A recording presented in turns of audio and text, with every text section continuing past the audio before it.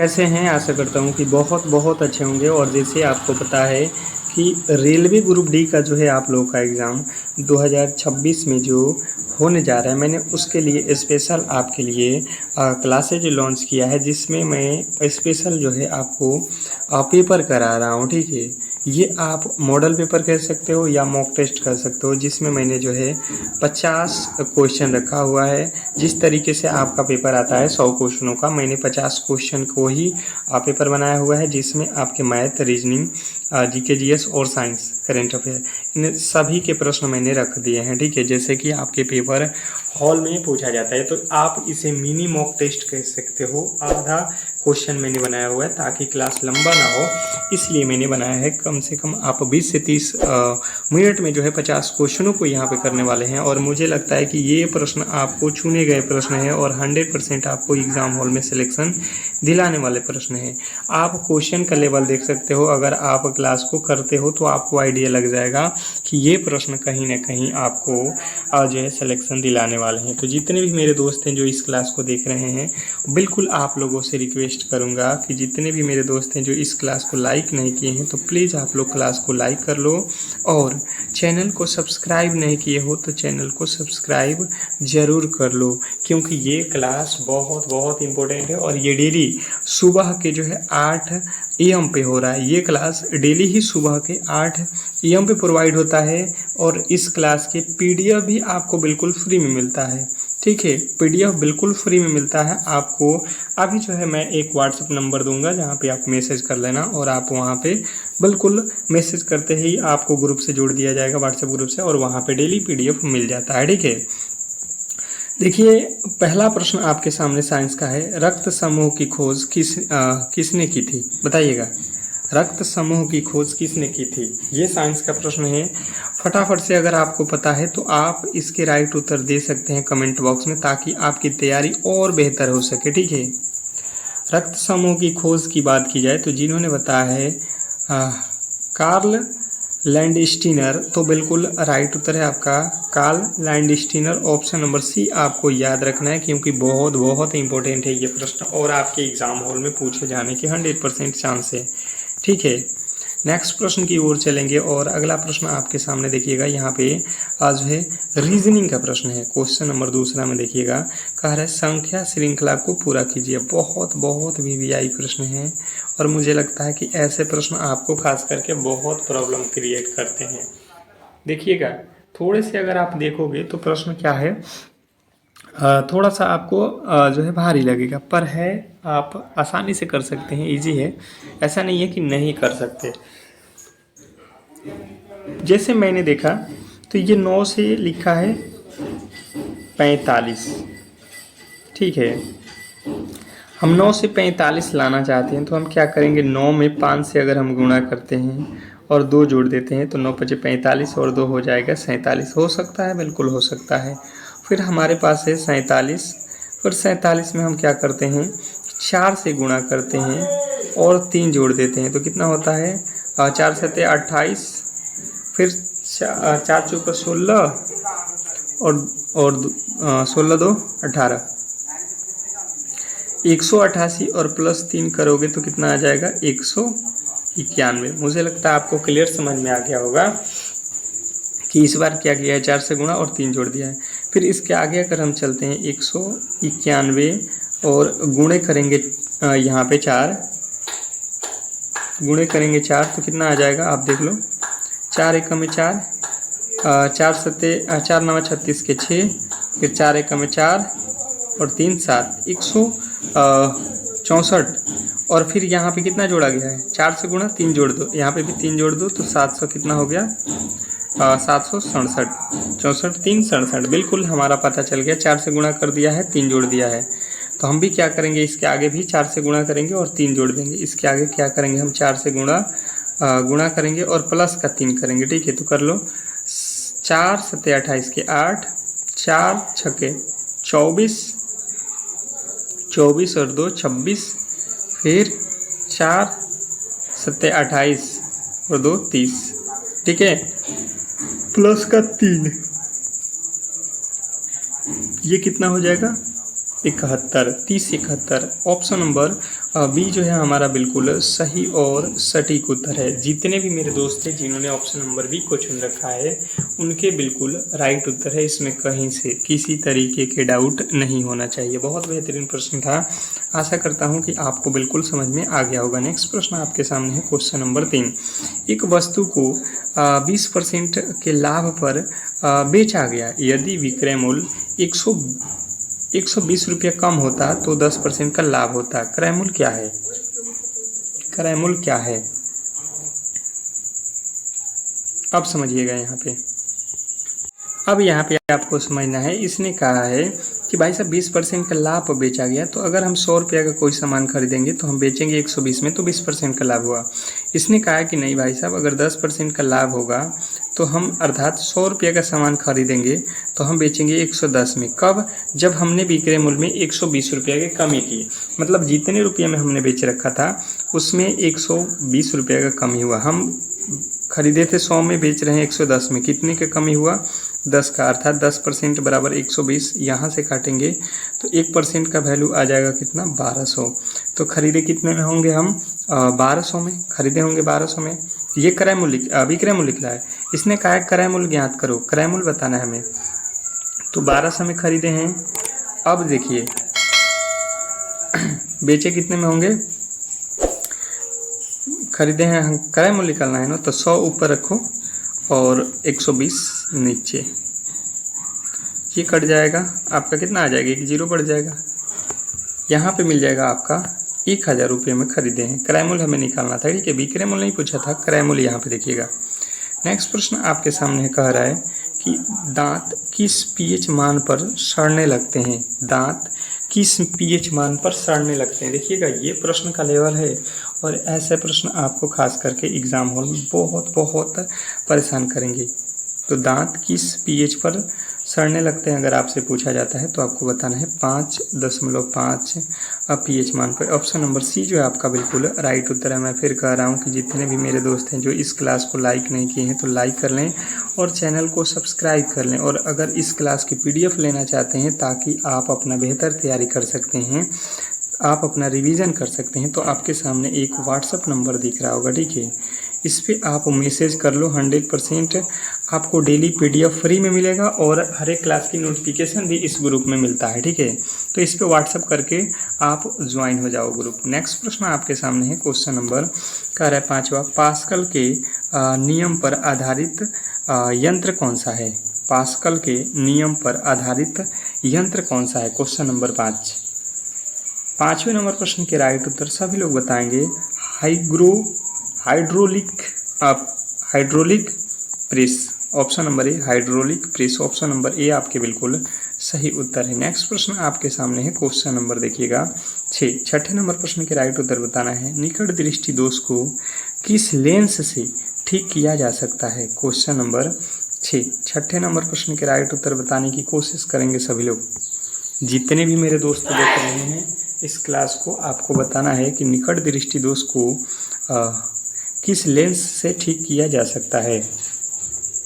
तो जितने भी मेरे दोस्त बताए हैं अवतल लेंस, उनके बिल्कुल राइट उत्तर है ऑप्शन नंबर बी, अवतल लेंस। जिन्होंने ऑप्शन नंबर बी को चुन रखा है उनके बिल्कुल राइट उत्तर है। नेक्स्ट प्रश्न की ओर चलेंगे और अगला प्रश्न आपके सामने है, क्वेश्चन नंबर 7। रॉकेट प्रदोमन किस नियम पर जो है कार्य करता है? रॉकेट प्रदोड़न किस नियम पर कार्य करता है? बहुत बहुत इंपॉर्टेंट है, बताएंगे। ये भी साइंस का प्रश्न है, अभी जीके के भी प्रश्न आएंगे तो हर एक प्रश्न करा दूंगा। ये न्यूटन के तृतीय गति के नियम पे कार्य करता है, ये बहुत खास है। नेक्स्ट प्रश्न आपके सामने कह रहा है कि जो है क्वेश्चन नंबर 8, भारत में राष्ट्रीय सुरक्षा गार्ड की स्थापना कब हुई थी? क्वेश्चन नंबर 8वें का राइट उत्तर बताना है आपको, जो भारत में राष्ट्रीय सुरक्षा गार्ड की स्थापना कब हुई थी। अगर आपको पता है तो आप कमेंट बॉक्स में बता सकते हैं। जितने भी मेरे दोस्त हैं जो इस प्रश्न के राइट उत्तर बता रहे हैं, 1984 में ऑप्शन नंबर सी आपका बिल्कुल सही उत्तर है। नेक्स्ट प्रश्न आपके सामने है, क्वेश्चन नंबर 9 कह रहा है, इमली में मुख्यतः कौन सा अम्ल पाया जाता है? बहुत बहुत इम्पोर्टेंट, बताएंगे सभी लोग कि जो है इमली में मुख्यतः कौन सा अम्ल पाया जाता है। Question number 9। 9वें नंबर प्रश्न की जो राइट उत्तर है, जितने भी मेरे दोस्त हैं जो बता रहे हैं टार्टिक अम्ल, उनके बिल्कुल राइट उत्तर है ऑप्शन नंबर बी, टार्टिक अम्ल। ये आपका बिल्कुल सही और सटीक उत्तर है। नेक्स्ट प्रश्न की ओर चलेंगे और अगला प्रश्न देखिए, यहाँ पे रीजनिंग का प्रश्न है क्वेश्चन नंबर 10 की यदि रोज़ को ये लिखा जाता है, चेयर को ये लिखा जाता है, तो इसको क्या लिखा जाएगा। क्वेश्चन नंबर जो है आपके सामने 10वें नंबर प्रश्न के राइट उत्तर बताएंगे सभी लोग। इजी है, बहुत इजी है, अगर आप थोड़े से यहाँ पे बेहतर तरीके से समझोगे तो। लिखा है ROSE, अगर हम इसके बदले जाएंगे तो इसने लिख दिया 8 2 1। हम सबसे पहले देखेंगे किस तरीके से लिखा है। R होता है 18 पर लिखा है 6, O होता है 15 पर लिखा है 8। मतलब यहाँ पे हमें समझ में आ गया कि R जहाँ पे देखिए ये 6 खुद से ही लिखा है, O को 8 लिखा है, S को 2 लिखा है, E को 1 लिखा है, मतलब इसके खुद के ही नियम है और यही हमें भी फॉलो करना पड़ेगा। हमें निकालना है SEARCH। हमें S का कोड यहाँ से मिल जाएगा, देख लो 2 तो 2 लिखो, E का कोड यहाँ से मिल जाएगा 1 तो 1 लिखो, फिर A का कोड यहाँ से मिलेगा 4 तो 4 लिखो, फिर R का कोड यहाँ से मिल गया 6 तो 6 लिखो, या आप इसमें से भी देख सकते हैं एक ही आएगा। फिर C का कोड यहाँ से 7, फिर H का कोड यहाँ से 3। 73 अंत में होना चाहिए। हमारा जो राइट उत्तर है ये ऑप्शन नंबर ए वाला बिल्कुल सही उत्तर है। मुझे लगता है आपको क्लियर समझ में आ गया होगा और ऐसे प्रश्नों में गलती नहीं करोगे। नेक्स्ट प्रश्न की ओर चलेंगे और अगला प्रश्न आपके सामने कह रहा है चुंबकीय क्षेत्र का एसआई मात्रक क्या है। चुंबकीय क्षेत्र का एसआई मात्रक क्या है। Question number 11। बात किया जाए 11वें नंबर प्रश्न के राइट उत्तर का, चुंबकीय क्षेत्र का एसआई मात्रक क्या है, तो जितने भी मेरे दोस्त बता रहे हैं टेस्ला, उनके बिल्कुल राइट उत्तर है। चुंबकीय क्षेत्र का एसआई मात्रक टेस्ला, बहुत बहुत इंपॉर्टेंट है। नेक्स्ट प्रश्न आपके सामने है मनुष्य में ऑक्सीजन का परिवहन किसके द्वारा होता है। Question number 12। 12वें नंबर प्रश्न के राइट उत्तर बताएंगे मनुष्य में ऑक्सीजन का परिवहन किसके द्वारा होता है। अगर आपको पता है तो आप कमेंट बॉक्स में फटाफट से बताने की कोशिश कीजिए। क्वेश्चन नंबर 12, जितने भी मेरे दोस्त बता रहे हैं यहाँ पे हीमोग्लोबिन, उनके बिल्कुल राइट उत्तर है ऑप्शन नंबर बी। मनुष्य में ऑक्सीजन का परिवहन किसके द्वारा होता है, तो हीमोग्लोबिन, ऑप्शन नंबर बी आपका बिल्कुल राइट उत्तर है। नेक्स्ट प्रश्न आपके सामने है क्वेश्चन नंबर 13। 13वें नंबर प्रश्न के राइट उत्तर बताएंगे सभी लोग। रक्त परिसंचरण की खोज किसने की थी।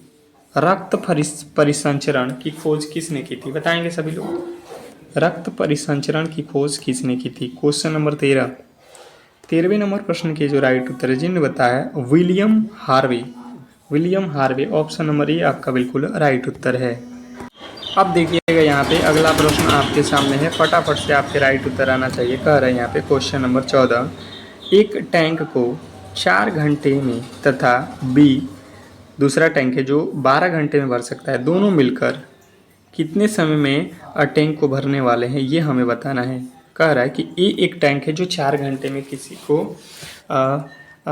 को तब, जबकि बी जो है 12 घंटे में भरता है। ए जो है 4 घंटे में, बी जो है 12 घंटे में, तो दोनों मिलकर कितने समय में भरेंगे ये हमें बताना है। बिल्कुल सिंपल है, आप कह सकते हो कि भाई साहब ए जो है 4 घंटा में भर रहा है और एक दूसरा वाला है बी, वो 12 घंटा में भर रहा है। टोटल हमें वर्क यहाँ पे पता करना है, तो 4 और 3 का एलसीएम ले लेंगे तो आएगा 12, अर्थात टैंक की धारिता जो होगा टोटल 12 हो जाएगा।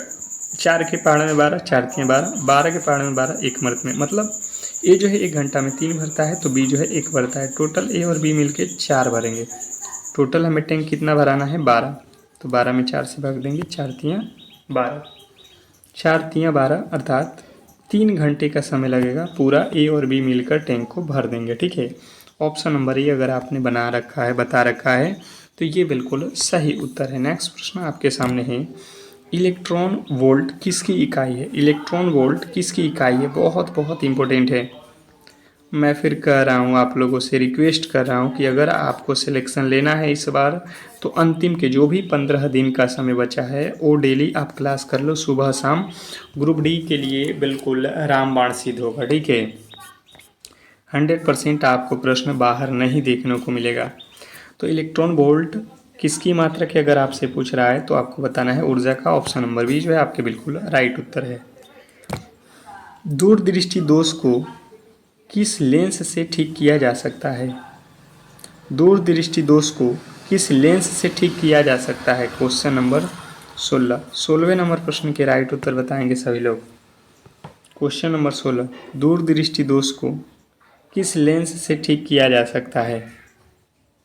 तो जिन्हें बताया है उत्तर लेंस, उनके बिल्कुल राइट उत्तर है ऑप्शन नंबर बी। जिन्होंने बी को चुना है उनके बिल्कुल सही और सटीक उत्तर है। जिन्होंने भी बी को चुना है उनके बिल्कुल राइट उत्तर है। नेक्स्ट प्रश्न आपके सामने है क्वेश्चन नंबर 17। कह रहा है यहाँ पे कि मानव शरीर में रक्त शर्करा को नियंत्रित करने वाला हार्मोन कौन सा है? मानव शरीर में रक्त शर्करा को नियंत्रित करने वाला हार्मोन कौन सा है? क्वेश्चन नंबर 17 सभी लोग बताइएगा। यहाँ पे ये देख लो प्रश्न का लेवल है और बिल्कुल इससे बाहर नहीं आएंगे प्रश्न, आपको आइडिया लग रहा होगा, ठीक है। तो जितने भी मेरे दोस्त बता रहे हैं इंसुलिन, उनके बिल्कुल राइट उत्तर है ऑप्शन नंबर बी इंसुलिन। जिन्होंने बी को चुना है उनके बिल्कुल राइट उत्तर है। नेक्स्ट प्रश्न आपके सामने है, कह रहा है यहाँ पे कि जो है पौधों में लिटिल लीफ रोग किस तत्व की कमी के कारण होता है? क्वेश्चन नंबर 18 पूछा गया है कि पौधों में लिटिल लीफ रोग किस तत्व की कमी के कारण होता है? क्वेश्चन नंबर जो है 18वें नंबर प्रश्न के जो राइट उत्तर है बताएंगे सभी लोग। क्वेश्चन नंबर 18, लिटिल लीफ जो रोग है आपको याद रखना है जिंक की कमी के कारण होता है। जिंक जो है उसकी अगर कमी हो जाए पौधों में तो ये हो जाएगा लिटिल लीफ रोग। नेक्स्ट प्रश्न आपके सामने है क्वेश्चन नंबर 19। ग्रेगर मेंडल ने अपने प्रयोग किस पौधे पर किए थे? ग्रेगर मेंडल ने अपने प्रयोग किस पौधे पर किए थे? क्वेश्चन नंबर 19वें नंबर प्रश्न के जो राइट उत्तर है बताने की कोशिश करेंगे सभी लोग कि क्या होने वाला है। क्वेश्चन नंबर 19 पे आ चुके हैं। जितने भी मेरे दोस्त हैं जो इस क्लास को देख रहे हैं फटाफट से अपने राइट उत्तर बताने की कोशिश करेंगे। ग्रेगर मेंडल ने अपने प्रयोग किस पौधे पर किए थे? अगर पूछ लेता है तो आपको बताना है मटर के पौधे पर। सबसे पहले ऑप्शन नंबर बी जितने भी मेरे दोस्त बताए हैं उनके बिल्कुल सही उत्तर है। नेक्स्ट प्रश्न की ओर चलेंगे और अगला प्रश्न आपके सामने देखिएगा, कह रहा है यहाँ पे कि जो है पहले 20% वृद्धि और फिर जो है 10% की कमी की जाती है, शुद्ध परिवर्तन क्या होगा? ये देखिए लगता है आपको बहुत सिंपल प्रश्न है, पर आप जब इसे सॉल्व करोगे तो कहीं ना कहीं आपको बहुत प्रॉब्लम क्रिएट कर देते हैं, ठीक है। जैसे कि अगर आप इसे समझने की कोशिश करते हो सिंपल मेथड में, तो देखिए मेरे पास है 100 रुपया, ठीक है। मैंने क्या किया 20% का वृद्धि कर दिया 100 रुपये में, तो ये हो जाएगा 120 रुपया। ये परसेंटेज की बात है इसलिए मैंने 100 का वैल्यू रखा, क्योंकि 100 के 20% 20 ही होगा, तो 100 पे 20 बढ़ जाएगा 120। इसने कहा है 10% की कमी की जाती है, ठीक है। तो 120 में 10% की अगर हम कमी करते हैं तो हम क्या अगर समझेंगे कि 100 रुपया है मेरे पास, तो 10% की कमी मतलब 90 हो जाएगा। यहाँ पे एक जीरो से एक जीरो कट जाएगा, 12 नवा 108 हो गया। कितना हो गया 108, माने 100 वाला चीज़ 108 में बेचा जा रहा है। अगर आपने 100 रुपया पहले रखा था मूल्य तो ये 108 हो गया, मतलब कितने परसेंट की वृद्धि हुई है आपके पास? तो 8% की वृद्धि, ऑप्शन नंबर ए। अगर आपने ऑप्शन नंबर ए को ही चुना था तो ये बिल्कुल सही और सटीक उत्तर है। जितने भी मेरे दोस्त जिन्होंने ऑप्शन नंबर ए को चुन रखा था उनके बिल्कुल राइट उत्तर है। नेक्स्ट प्रश्न आपके सामने है, डेजर्ट कूलर किस सिद्धांत पर कार्य करता है? डेजर्ट कूलर किस सिद्धांत पर कार्य करता है? क्वेश्चन नंबर 21वें नंबर प्रश्न के राइट उत्तर क्वेश्चन नंबर 21 जिन्होंने बताया है यहाँ पे वाष्पीकरण, ऑप्शन नंबर सी वाष्पीकरण आपके बिल्कुल राइट उत्तर है।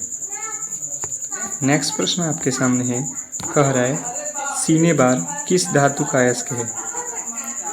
क्वेश्चन नंबर 22 बताइएगा, सीने बार किस धातु का अयस्क है? बहुत VVI है ये प्रश्न, आप लोग को मैं फ्री में दे रहा हूँ PDF, तो आप बिल्कुल इसे ले लो जितने भी मेरे दोस्त देख रहे हो। तो सीने बार किस धातु का अयस्क है? जिन्होंने बताया है यहाँ पे पारा, उनके बिल्कुल राइट उत्तर है ऑप्शन नंबर बी। नेक्स्ट प्रश्न की ओर चलेंगे और अगला प्रश्न आपके सामने है, पायरोमीटर का उपयोग किसके मापन के लिए किया जाता है? पायरोमीटर का उपयोग किसके मापन के लिए किया जाता है? क्वेश्चन नंबर 23वें नंबर प्रश्न के राइट उत्तर बताएंगे कि पायरोमीटर का उपयोग किसके मापन के लिए किया जाता है? बहुत बहुत इंपॉर्टेंट है। क्वेश्चन नंबर 23, जिन्होंने बताया है पायरोमीटर का उपयोग उच्च तापमान को मापने के लिए किया जाता है, ऑप्शन नंबर बी आपका बिल्कुल सही और सटीक उत्तर है। जितने भी मेरे दोस्त जिन्होंने ऑप्शन नंबर बी को चुन रखा है उनके बिल्कुल राइट उत्तर है। नेक्स्ट प्रश्न आपके सामने है क्वेश्चन नंबर 24, अनुवांशिकी का जनक किसे कहा जाता है? क्वेश्चन नंबर 24 पे आ चुके हैं और जितने भी मेरे दोस्त हैं जो इस क्लास को देख रहे हैं बताएंगे अनुवांशिकी का जनक किसे कहा जाता है? बहुत बहुत इम्पोर्टेंट। अनुवांशिकी के जनक अगर आपसे पूछेगा तो ग्रेगर मेंडल जो है आपके राइट उत्तर हो जाएगा, option number B Gregor Mendel. Next प्रश्न आपके सामने है क्वेश्चन नंबर जो है 25, कह रहे हैं यहाँ पे 15% हानि पर बेची गई वस्तु का विक्रय मूल्य 90 रुपया बढ़ाने पर 3% का लाभ होता है, क्रय मूल्य ज्ञात करें। 15% की हानि पर कोई वस्तु का विक्रय मूल्य 90 रुपया बढ़ाने पर 3% का लाभ होता है। तो देखिए पहले हो रहा था 15% की हानि, अब हो रहा है 3% का लाभ। ये लाभ हो रहा है, ये पहले हानि हो रहा था। तो जब भी लाभ और हानि हो तो आपको दोनों को क्या करना पड़ेगा? जोड़ना पड़ेगा। मतलब टोटल जो वैल्यू हो जाएगा ये हो जाएगा 18% और किसके बराबर होगा? तो अब जो है 90 बढ़ जा रहा है। पहले जो है 15% का हानि हो रहा था, अब 3% का लाभ हो रहा है। मतलब टोटल 18% का वैल्यू यहाँ से काटेंगे हम तो 1% का वैल्यू हो जाएगा 18 पचे 90। हमें जो है टोटल वैल्यू पता है कि क्रय मूल्य मतलब 100% वैल्यू, क्रय मूल्य मतलब 100% वैल्यू, तो 100 से गुणा करेंगे तो 500 रुपया इसका जो है क्रय मूल्य हो जाएगा, ऑप्शन नंबर बी। अगर आपने ऑप्शन नंबर बी को चुन रखा है तो ये बिल्कुल सही और सटीक उत्तर है। जितने भी मेरे दोस्त ऑप्शन नंबर बी को चुने हैं उनके बिल्कुल राइट उत्तर है। नेक्स्ट प्रश्न आपके सामने है क्वेश्चन नंबर 26, यदि प्लस बराबर भागा, यहाँ पे दिया गया कंडीशन भागा बराबर प्लस माइनस को गुणा, तो इसकी कंडीशन निकालना है। देखिए हमारे पास है 84 प्लस है तो प्लस की जगह पे आपको भागा लिखना पड़ेगा 12, फिर माइनस है तो माइनस का मतलब क्या है? माइनस का मतलब है आपके सामने गुणा, तो गुणा लिख दो 6, फिर गुणा का अर्थ क्या है? माइनस, तो माइनस लिख दो 25, फिर भाग का अर्थ क्या है? प्लस, प्लस लिख दो 15। अब इसको सॉल्व कर लो, 12 सत्ते 84 गुणे 6 माइनस 25 प्लस का 15, ऐसा अच्छा का 42 माइनस 25 प्लस का 15। देखो यहाँ से घटाओगे -10, यहाँ से 10 घटाओगे तो 32। यहाँ पे कहीं पे गड़बड़ी है क्या भाई साहब? कहीं गड़बड़ी? 12 सत्ते 84, ठीक है कोई दिक्कत नहीं है। प्लस का अर्थ है भाग, ठीक है जी। फिर लिखा है माइनस, माइनस का अर्थ गुणा भी ठीक है। फिर यहाँ पे दिया गया है गुणा, गुणा का अर्थ है माइनस, ये भी ठीक है। फिर दिया है भाग, भाग का अर्थ है प्लस, ये भी ठीक है भाई साहब। इसने देखिएगा गलती कहाँ पे हुआ है, ये हो जाएगा 12 सत्ते 84, फिर 6 सत्ते 42, 42 के बाद से आपको 15 घटाना है, ठीक तो है भाई साहब। इसका उत्तर कितना आएगा? 32 आएगा। आप लोग इसे करेक्ट कर लेंगे, ठीक है। नेक्स्ट प्रश्न आपके सामने है, कह रहा है NaCl में किस प्रकार का बंधन होता है? NaCl में किस प्रकार का बंधन होता है बताएंगे? NaCl में किस प्रकार का बंधन होता है? तो ये आयनिक बंधन होता है, ऑप्शन नंबर ए आपका बिल्कुल सही उत्तर है, आयनिक बंधन। जिन्होंने ए को चुना है उनके बिल्कुल राइट उत्तर है। नेक्स्ट प्रश्न है कोलेस्ट्रॉल, कोलेस्ट्रॉल का जो है संश्लेषण मुख्यतः कहाँ होता है? कोलेस्ट्रॉल का संश्लेषण मुख्यतः कहाँ होता है? क्वेश्चन नंबर 28 बताएंगे। 28वें नंबर प्रश्न के राइट उत्तर, कोलेस्ट्रॉल का जो है संश्लेषण आपको याद रखना है गुर्दा में होता है, ऑप्शन नंबर सी जो है हमारा बिल्कुल सही उत्तर है, गुर्दा। नेक्स्ट प्रश्न आपके सामने है क्वेश्चन नंबर 29, कह रहा है 29वां नंबर प्रश्न कि स्वतंत्र रूप से लटकाने पर चुंबक किस दिशा में जो है ठहरता है? Question number 29। स्वतंत्र रूप से लटकाने पर चुंबक किस दिशा में ठहरता है?